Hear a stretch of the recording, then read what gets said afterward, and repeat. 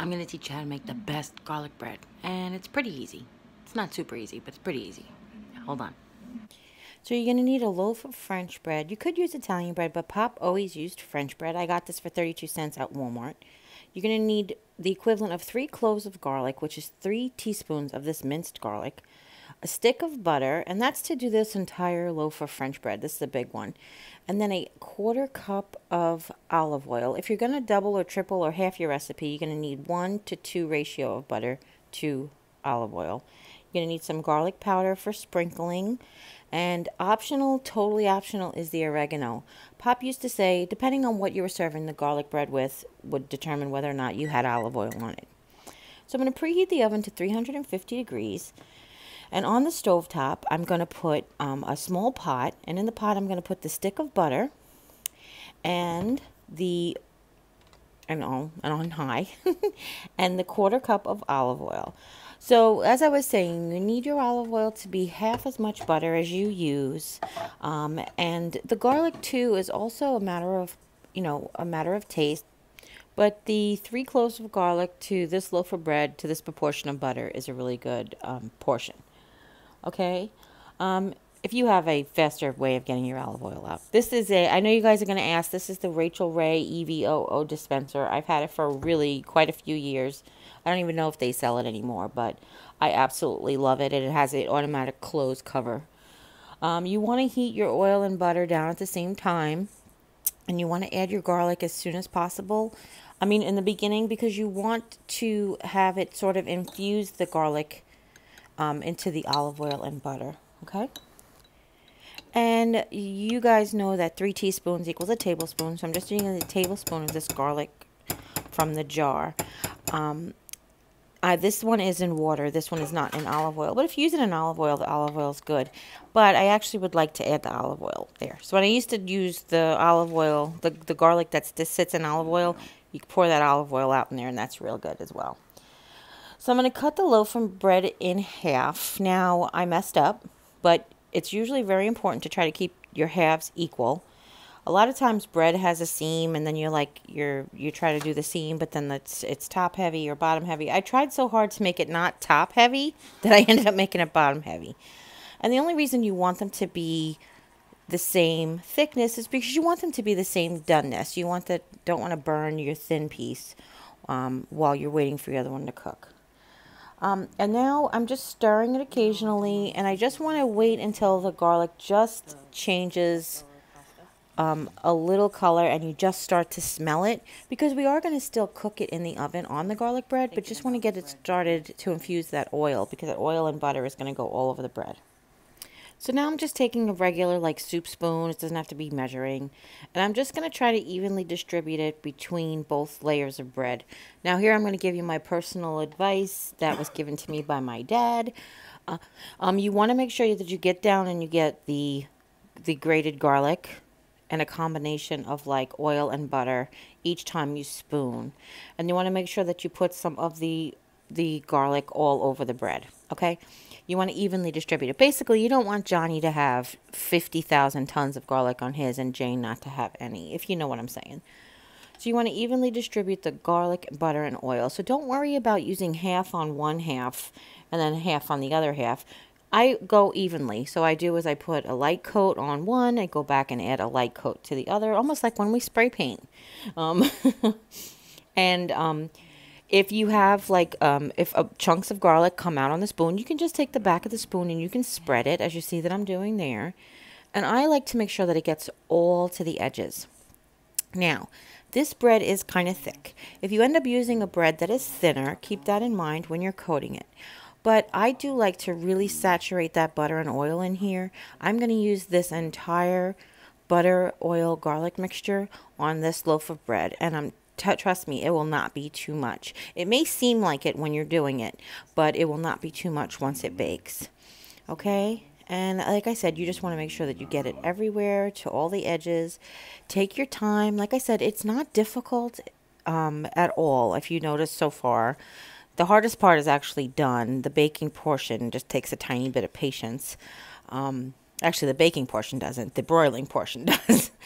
But If you just take your time with it and make sure there's no dry areas. Pop would call them holidays. Wherever there's no light, he calls it a holiday. Wherever there's no light, yeah, wherever you missed a spot. And like I said, he makes sure you get it all the way to the ends, and distribute this entirely evenly. Now, as far as the oregano is concerned, this is dry whole oregano. I'm not going to put it on Mom's half because Mom doesn't care for oregano. But like I was saying in the beginning, what he would say was it depends on what you're using the garlic bread for. Now, when he would make garlic bread to go with pasta or lasagna, it would always have the oregano on it. If he was making it to make like a pepper and egg sandwich, anything he would use it for sandwich purposes, he wouldn't add any extra oregano to it. You could leave it off. It's entirely optional. So this is a really finely ground garlic powder that I'm using because the granulated kind of burns Mom's lips. So what we're doing is I'm just taking pinchfuls and I'm sprinkling it over. Now again, how much you do is totally optional to you. I like a good coating on it. Some people can also like cheese on theirs. We do not put cheese on ours, but that's, again, personal preference. And now I'm going to show you that I just take tiny pinches, not a lot of oregano, just tiny pinches, and I put just a sprinkling over. Like I said, I'm just doing it on 1/2. That's to make sure not to get any on Mom's, okay? And then once you have that all done, your oven should be preheated by now. I mean, unless you live in Alaska and it takes 2 hours to preheat your oven. I'm just kidding.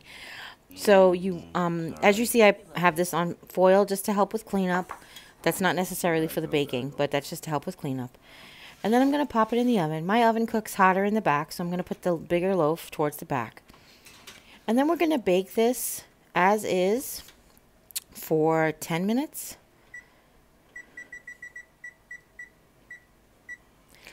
And when the 10 minutes is up, it's going to look not done. I'll show you here. It's like barely toasted. And if I touch the edges of the crust, you will see that they're crusty. But what we're going to do now is we're going to put it on high broil.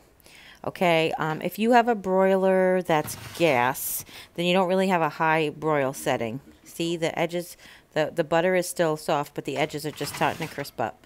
So if you have a gas broiler, you want to make sure you just put it close to the heat.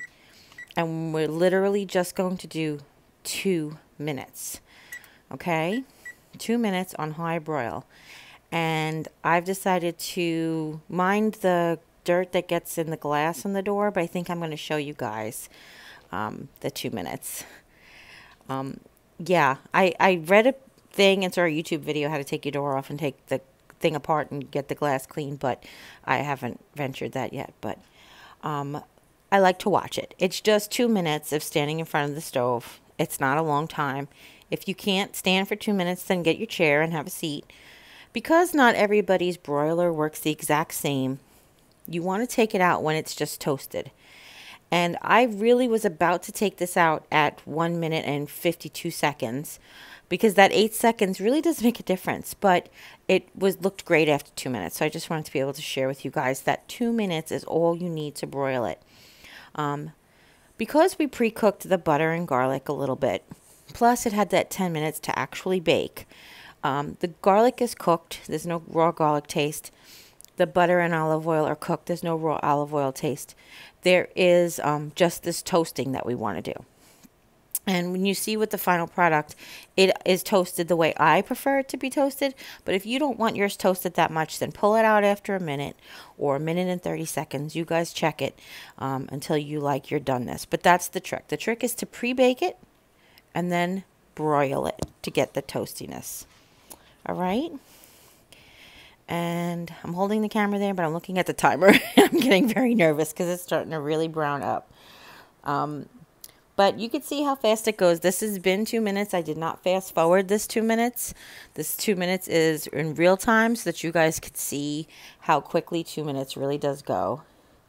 And you can see it bubbling. It's goodness. I know you're probably mouth watering. I'm sorry. I'm sorry that your mouth is watering. But that's it. That's the timer. The 2 minutes is up. And pull it out, and there you have it. It is beautiful, delicious. where it's really dark, you can tell is like where we didn't get enough olive oil and garlic butter to the very edges there. Just a little bit, not enough. But then you want to slice it. So what I did, because I have a small cutting board here, is I cut it in half just so you guys could see it. It's hot. I use a dedicated clean, these kinds of cotton dish towels are what I use to wrap my biscuits in and stuff. So these aren't for cleaning or anything. These are for food service. They're almost like napkins. And that's what I use to hold the done bread. Make sure that it's clean and dedicated just for the bread. And then, of course, I'm keeping them separate because Mom doesn't like the oregano. And I'm slicing them in about 1 to 1.5 inch wide pieces. It's just kind of like how I always remember Pop cutting it. And then my sister Jane and I will fight for the ends. Jane, I'm sorry, this is my garlic bread. I get the ends. I'm just saying, when you make your garlic bread at your house, you get the ends. Oh, another time we would leave off oregano is if we were making steak thumb bits. So if you make strips of London broil and you serve it on garlic bread, yum. So here it is with my leftover pasta that I froze the sauce that day. If you have any questions at all, please leave them in the comments down below. I hope you like this tutorial. If you do, give it a thumbs up. Don't forget to share it with friends and family. Anybody you know might be interested in making this delicious garlic bread. And if you haven't yet, click subscribe. When you do, a little bell will pop up. When you ring that bell, YouTube will let you know whenever I upload a new video. So as always, take care. God bless. See you next time. Bye.